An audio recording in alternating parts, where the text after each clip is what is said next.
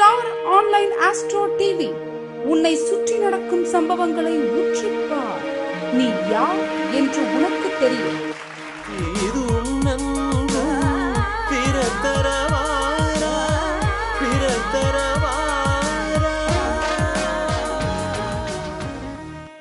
திருச்செங்கோடு ஜோதிட ஆராய்ச்சியாளர் சங்கத்தின் கௌரவ தலைவர் ஐயா டாக்டர் கணேசன் அவர்கள் அவருடைய சிறப்பான உரையை நமக்கு வழங்க உள்ளார். ஐயா வணக்கம். நன்றி சார்.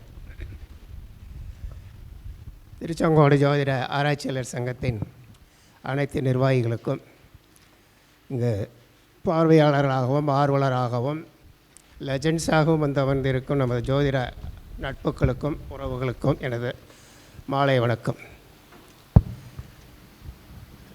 பொதுவாகவே எங்கிட்ட ஒரு குசும்பு இருக்குங்க. யாராவது ஒன்று சொன்னால் அதுக்கு எதிர்வினை ஆட்டணும் அப்படிங்கிறது. என்னுடைய நேம் சேக் பூந்து விளையாண்டு போயிட்டார்.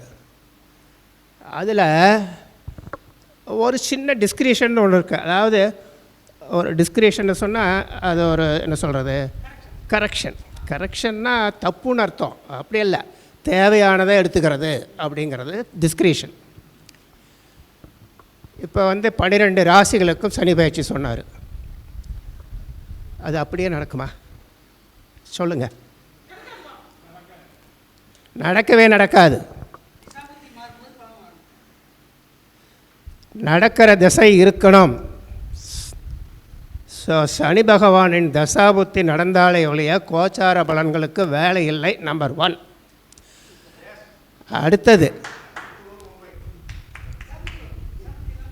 அடுத்தது ராசிகளுக்கு மட்டும் சனி பயிற்சியோ குரு பயிற்சியோ ராகு கேது பயிற்சிகளையோ பார்ப்பதில் கொஞ்சம் கூட அர்த்தமில்லை. அதை லக்கணத்துக்கும் பார்க்கணும், ராசிக்கும் பார்க்கணும். உதாரணத்துக்கு நான் சொல்கிறேன். இப்போ மகர ராசி நாம் எடுத்துக்கிட்டோம்னா அதுக்கு 3ஆம் இடத்துல பயிற்சியாக போகிறாருன்னு சொல்கிறோம். அப்போ ராசிக்கு 3ஆம் இடத்துல இருக்கிறப்ப சூப்பர் பலன்னு நாம் சொல்லிடுறோம். பட் அந்த மீனமே அவர் சிம்ம லக்கணமாக இருந்ததுன்னு வைங்க, அடி மரணடி. அப்போ எங்கே போச்சு ராசி பலன்? ஆக ராசிக்கும் பார்க்கணும், லக்கணத்துக்கும் பார்க்கணும். ரெண்டையும் கோர்த்து ஒரு ஒரு ஒரு பேலன்ஸ் பண்ணி ஒரு பதில் சொல்லணும். அதே சமயத்தில் தசாபுத்தியும் நாம் எடுத்துக்கணும். 3வது, கோச்சாரத்தில் போகக்கூடிய 9 கிரகங்களும் தன்னுடைய பயணத்தில் எந்த கிரகத்தை தொடுகின்றதோ அந்த கிரகத்தின் பலனை தரும். இப்போ எனக்கு இப்போ சார் சொன்னபடியே உதாரணத்துக்கு எடுத்துக்கிட்டால் மகர ராசி ஜாதகத்துக்கு மீனத்தில் போகிறப்ப எந்த கிரகமும் இல்லை என்றால் அவருக்கு ஒன்றும் கிடையாது. நாம் சொல்லக்கூடிய நல்ல பலன்கள் எதுவும் நடக்க போகிறதில்லை. அந்த வீட்டின் காரகத்துவம் என்னவோ அந்த காரகத்தின் பலனை இந்த போகக்கூடிய கிரகம், கோச்சார கிரகம் அப்சர்வ் பண்ணும். அதை ஏற்றுக்கொண்டு அந்த பலனை செய்யும். அவ்வளோதான். அதே மாதிரி அந்த இடத்துல ஒரு கிரகம் இருந்து அந்த கிரகத்தின் மேலே இந்த கோச்சார கிரகம், நாம் இப்போ உதாரணத்துக்கு சனி எடுத்துக்கிறோம். நான் எல்லா கோச்சார கிரகத்துக்கு அதான் பலன். அப்போ சனி அங்கே போகிறப்ப சனிக்கு நட்பு கிரகங்களாக இருக்கக்கூடிய கிரகத்தை சந்திக்கும் பொழுது நல்ல பலன் கிடைக்கும். சூப்பர். அப்போ என்ன, சனிக்கு நல்ல கிரகங்கள் புதன், சுக்கிரன், அந்த ராகு, இந்த 3 கிரகங்களும் இருந்ததுன்னா கண்டிப்பாக நல்ல பலனை தரும். அதே சமயத்தில் அந்த மீன ராசியில் சூரியனோ சந்திரனோ செவ்வாயோ இருந்ததுன்னா அந்த கிரகங்களின் ஆதிபத்திய பலனையும் காரகத்துவ பலனையும் இந்த சனி பகவான் வாங்கி கலந்து பலன் தருவார். அதே சமயத்தில் கொடுக்கக்கூடிய கோச்சார கிரகமான சனி என்ன ஆதிபத்தியம் பெற்றிருக்கிறதோ லக்கணத்துக்கு அந்த ஆதிபத்தியின் பலனையும் சேர்த்து தருவார். இவ்வளவையும் நீங்கள் வாங்கணும். இவ்வளையும் உள்வாங்கிக்கிட்டு கலப்படம் இல்லாமல் கலந்து பேசி தசாபுத்தி எல்லாமே எடுத்துக்கிட்டு பலன் சொன்னால் அவன் கொடுக்கறக்கு, நீங்கள் கேட்குற காசு கொடுக்க போகிறதில்ல.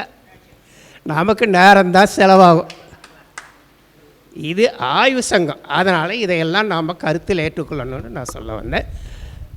எனிவே நான் சொல்ல வந்தது, நான் பேச வந்தது இந்த சங்கத்தில் அநேகமாக இது வரைக்கும் பேசப்படாத ஒரு டாப்பிக்கு, பிருகுநந்தி நாடி. அதாவது இன்றைக்கி மாணவ சமுதாயத்தில் கல்வி என்ன, பெற்றவங்களுக்காகட்டும் பசங்களுக்காகட்டும் என்ன படிக்கிறதுனே புரியாத ஒரு நிலை இருக்குது. மெடிக்கல் படிக்கலாமா, என்ஜினியரிங் படிக்கலாமா, அல்லது நம்ம தலைவர் அனுப்பின மாதிரி செக்ரட்டரி அனுப்பின மாதிரி லா படிக்க வைக்கலாமா, இப்படியெல்லாம் ஒரு கன்ஃபியூஷன் ஆகி வந்துடுது. அப்போ இந்த பிருகுநந்தி நாடியில் ரொம்ப சுலபம் சார். பிருகுநந்தி நாடியில் பலன் எடுக்கிற முறை ரொம்ப சுலபம். ஏன்னா நீங்கள் பாவகத்துக்கே போக வேண்டியதில்லை. 6ஆம் பாவம், 8ஆம் பாவம், இந்த பாவம், அந்த பாவம் ஒன்றும் கிடையாது, லக்கணம் கிடையாது. கிரகத்துக்கு கிரகம் ஏற்படுத்தக்கூடிய தொடர்பு, அவ்வளோதான். அப்போ எப்படி தொடர்பு, எந்த தொடர்பு நல்லது? அப்போ கிரகத்தை நீங்கள் 4ஆக போட்டிங்கன்னா 4 திசை இருக்குது, கிழக்கு, மேற்கு, வடக்கு. அதே மாதிரி ஒவ்வொரு கிரகத்துக்கும் 1, 5, 9. அப்போ மேஷம் எடுத்தால் திரிகோணம் வரும் இல்லைங்களா? அப்போ என்னவா வரும்? மேஷம் நெருப்பு ராசின்னா சிம்மம் நெருப்பு ராசி, தனுசு நெருப்பு ராசி. அப்போ இது ஏக திசை, ஏக பலன்தான். மேஷத்தில் இருக்கிற கிரகமும் ஒரே பலன் தான், ரிஷபத்தில் சிம்மத்தில் இருக்கிறது ஒரே பலன் தான், தனுசில் இருக்கிறது ஒரே பலன். ரொம்ப சிம்பிள்.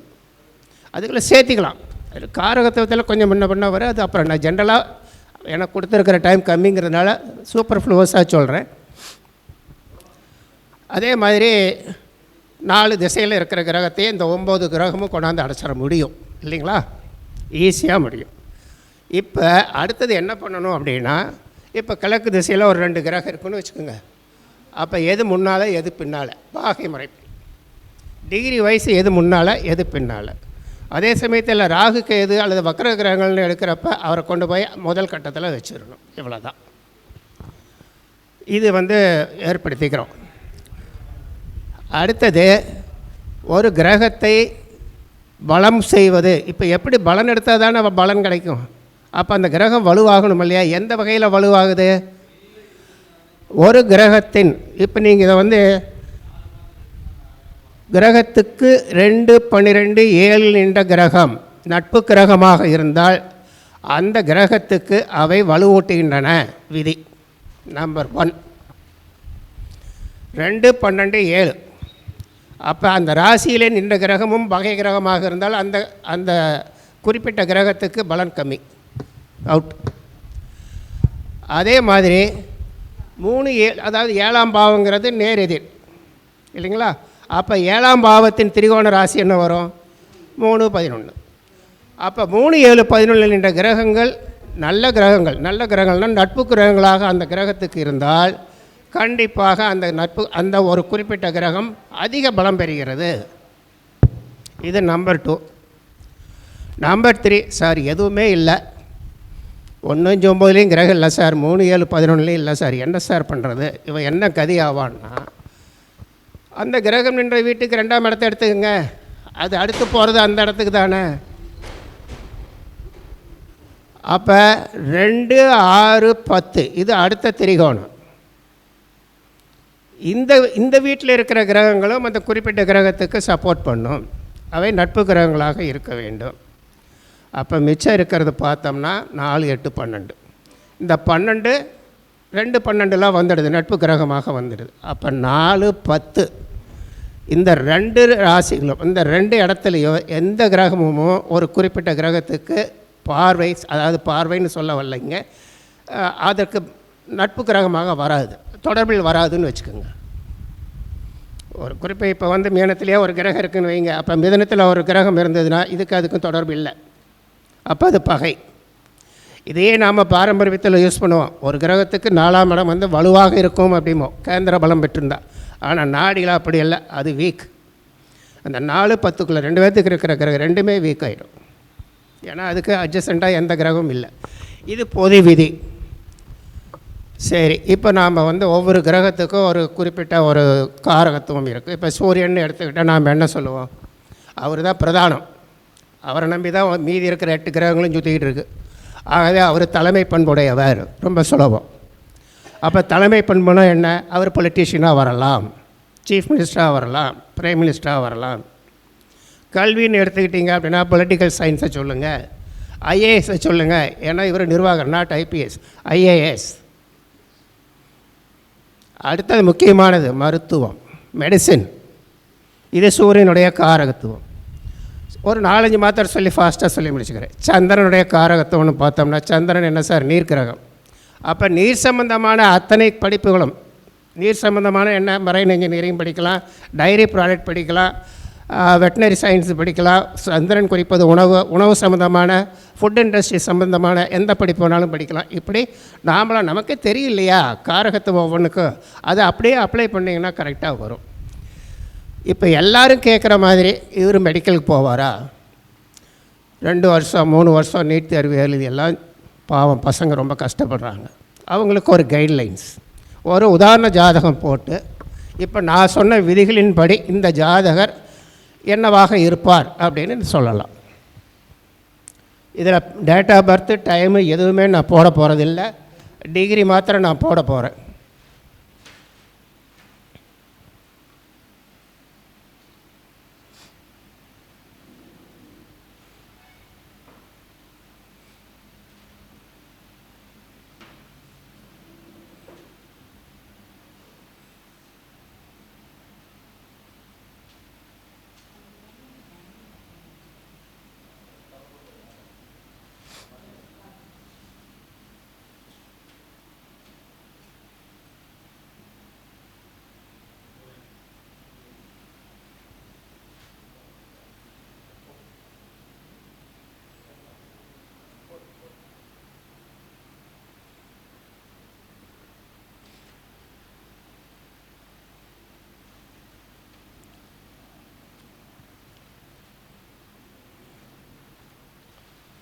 இவர் என்ன படிப்பு படிச்சிருப்பாருங்க.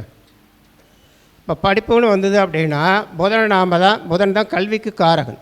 அப்போ புதனை மையமாக வச்சுக்கிட்டு நாம் எப்படி போடணுன்னா, புதன் இப்போ அடுத்தது இந்த புதன் யாரை தொடுது? இதுக்கு 1, 5, 9 கிரகம் இருக்குங்களா? இல்லை, அவுட்டு. அப்போ இவருக்கு எந்த படிப்பு வராதுன்னு சொல்லலாமா? சொல்லக்கூடாது. இப்போ இவருக்கு அடுத்தது என்ன நாம் பார்க்குறோம், இந்த புதன் தன்னுடைய சுற்றுப்பாதையில் யாரை தொடுகிறது? சுற்றுப்பாதையில் யாரை தொடுது? அடுத்த ராசிக்கு போகிறப்ப 2, 6, 10 நாம் விதியில் சொல்லியிருக்கிறேன்னா 2, 6, 10 இந்த கிரகத்துக்கு சப்போர்ட் பண்ணோம். அப்போ 2ஆம் இடத்துல யார் இருக்கா? சூரியன். நட்பு கிரகமா? நட்பு கிரகம். ராகு நட்பு கிரகமா? ரைட்டு. அடுத்த சுக்கிரன் நட்பு கிரகமா? கரெக்டு.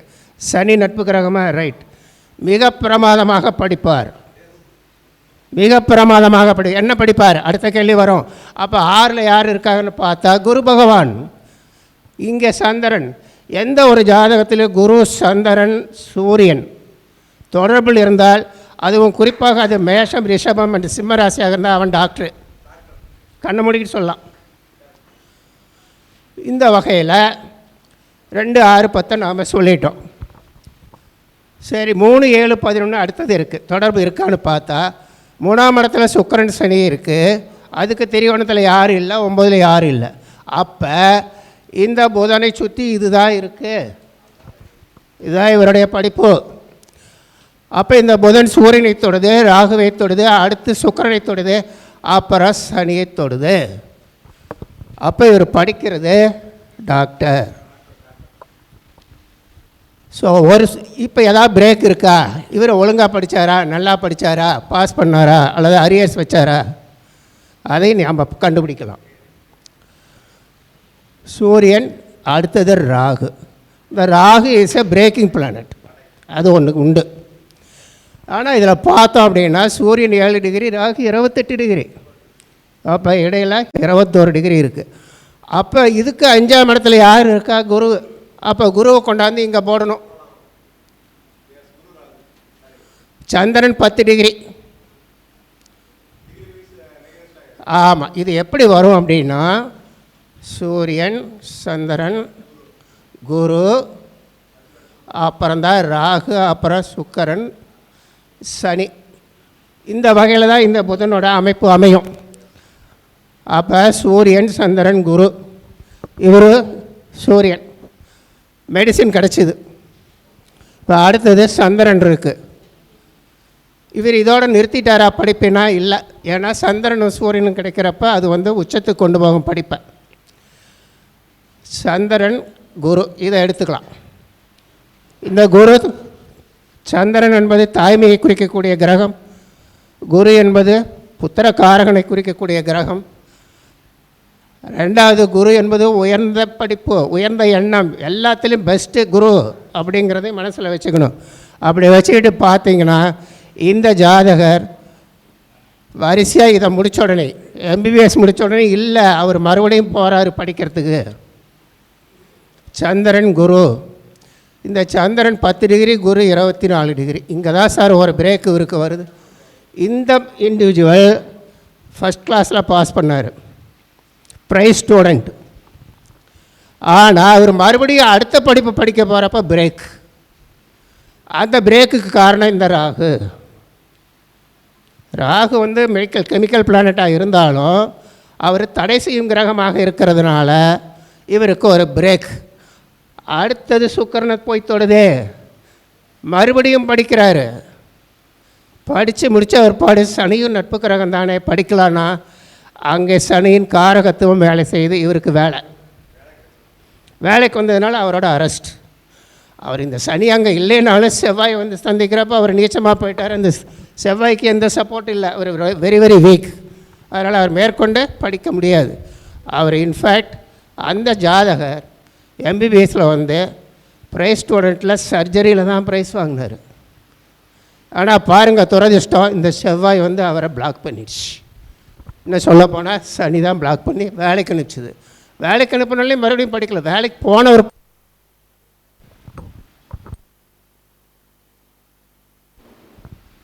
ஹலோ,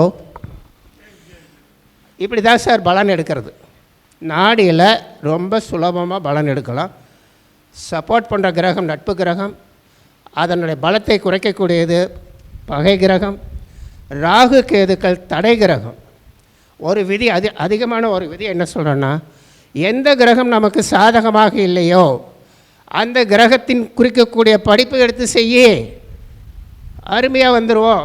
இப்போ கேது நமக்கு எல்லாம் தெரியும், தடை கிரகம். புதனுக்கு பகை கேது. படிப்புன்னு வந்ததுன்னா அங்கே பகை இல்லை, அந்த கேது குறிப்பதெல்லாம். ஸோ அவர் வந்து பிஎல் எடுத்து படித்தாருன்னா பிரமாதமாக வருவார். அங்கே செவ்வாய் இது கேது தடை செய்யாது, அதனுடைய காரகத்துவத்தை அதை என்கரேஜ் பண்ணும். இது ஒரு விதி.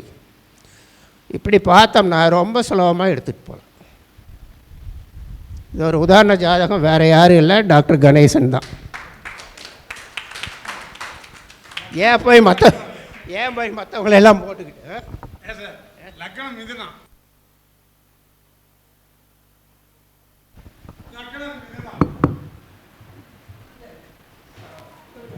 வாய்ப்புக்கு தந்த செக்ரட்டரி அவர்களுக்கும் நிர்வாகஸ்தர்களுக்கும் மிக்க நன்றி. பொறுமையுடன் கேட்டவர்களுக்கு மிகச்சிறந்த நன்றி, வாழ்த்துக்கள். வாழ்க வளமுடன்.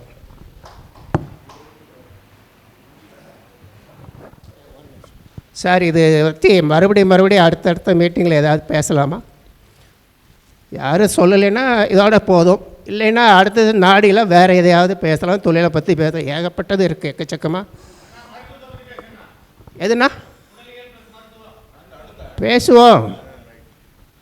ஏன்னா பிருகுநந்தி நாடி அதிகமாக தொடப்படவில்லைன்னு நினைக்கிறேன். சும்மா கேஸ் டிஸ்கஷனில் மாத்திரம் சில சமயம் நம்ம பேசியிருக்கிறோம்.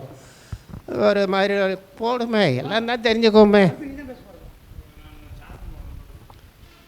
எங்கள் தலைவருக்கு அவருடைய ஜாதகத்தை போட்டு அருமையாக விளக்கம் கொடுத்த, அதாவது படிப்பு எப்படி, எப்போ, எந்த காலத்தில் தடை இல்லை, சுலபமாக விளக்கியிருக்காரு.